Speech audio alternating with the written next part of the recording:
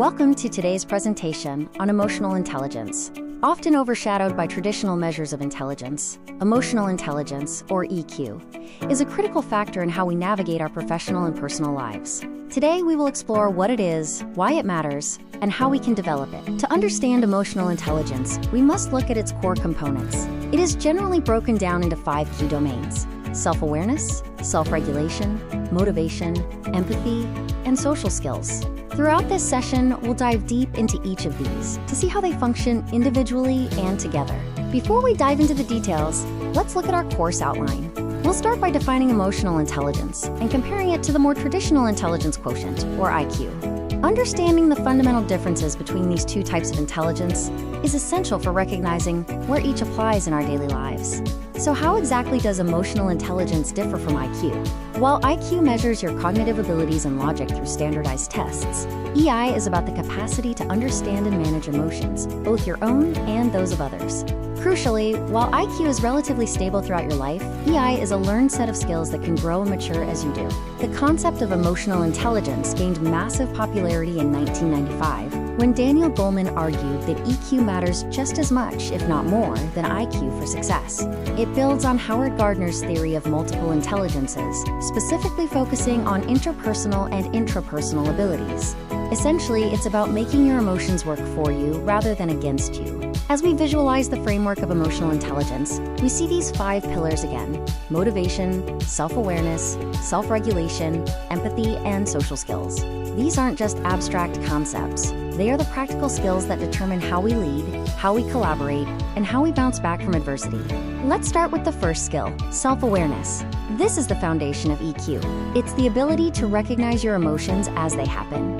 If you can name what you're feeling and identify your triggers, you move from being controlled by your emotions to having the power to choose how you respond to them. Once you are aware of your emotions, the next step is self-regulation. This is what prevents your feelings from hijacking your behavior. It is the crucial pause between a stimulus and your reaction. High self-regulation allows you to stay professional under pressure and avoid saying things you might later regret.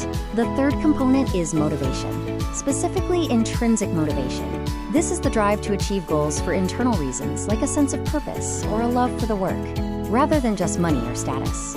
Intrinsic motivation is what provides the resilience needed to persist through setbacks when external rewards are nowhere to be found. Next, we have empathy, the ability to see the world through someone else's eyes. Whether it's an actor deeply feeling a role or a leader understanding a colleague's stress, empathy is the bedrock of healthy relationships. It requires active listening and adjusting your style to meet the needs of those around you. Finally, we have social skills. This is where the previous 4 components manifest externally. It's your ability to manage conflict, build trust, and find common ground. Strong social skills allow you to influence others positively and navigate complex social environments with ease. A common question is, can emotional intelligence actually be improved? The answer is a resounding yes. Unlike IQ, which is fairly fixed, EQ is malleable. Through methods like therapy, mindfulness, seeking honest feedback, and structured developmental courses, anyone can meaningfully increase their emotional competency.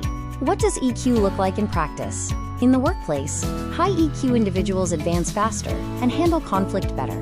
In personal relationships, it is a stronger predictor of satisfaction than IQ. Even in parenting, a high EQ in parents tends to foster the same traits in their children, creating a positive compound effect across generations. Let's address some frequently asked questions. People often ask if EQ is more important than IQ. The truth is, they interact. IQ might get you the job, but EQ usually determines how far you rise. Regarding measurement, while self-tests exist, 360-degree feedback from others is often the most accurate way to gauge your true EQ. To visualize this further, we can use tools like empathy maps to explore what a person says, thinks, feels, and does. This helps us connect our self-concept and self-esteem to the external world, bridging the gap between our internal emotional state and our outward social interactions. To summarize the comparison, IQ is your cognitive horsepower. It's stable and analytical. EI is your emotional engine. It's about empathy, relationships, and resilience. While both are valuable, EI is the one you have the most power to change and develop throughout your career. In conclusion, remember that improvement is always possible. By practicing mindfulness, pausing before you react, setting purpose-driven goals, and listening actively, you can refine these 5 skills. Thank you for your time. and I encourage you to pick one area of EQ to focus on starting today.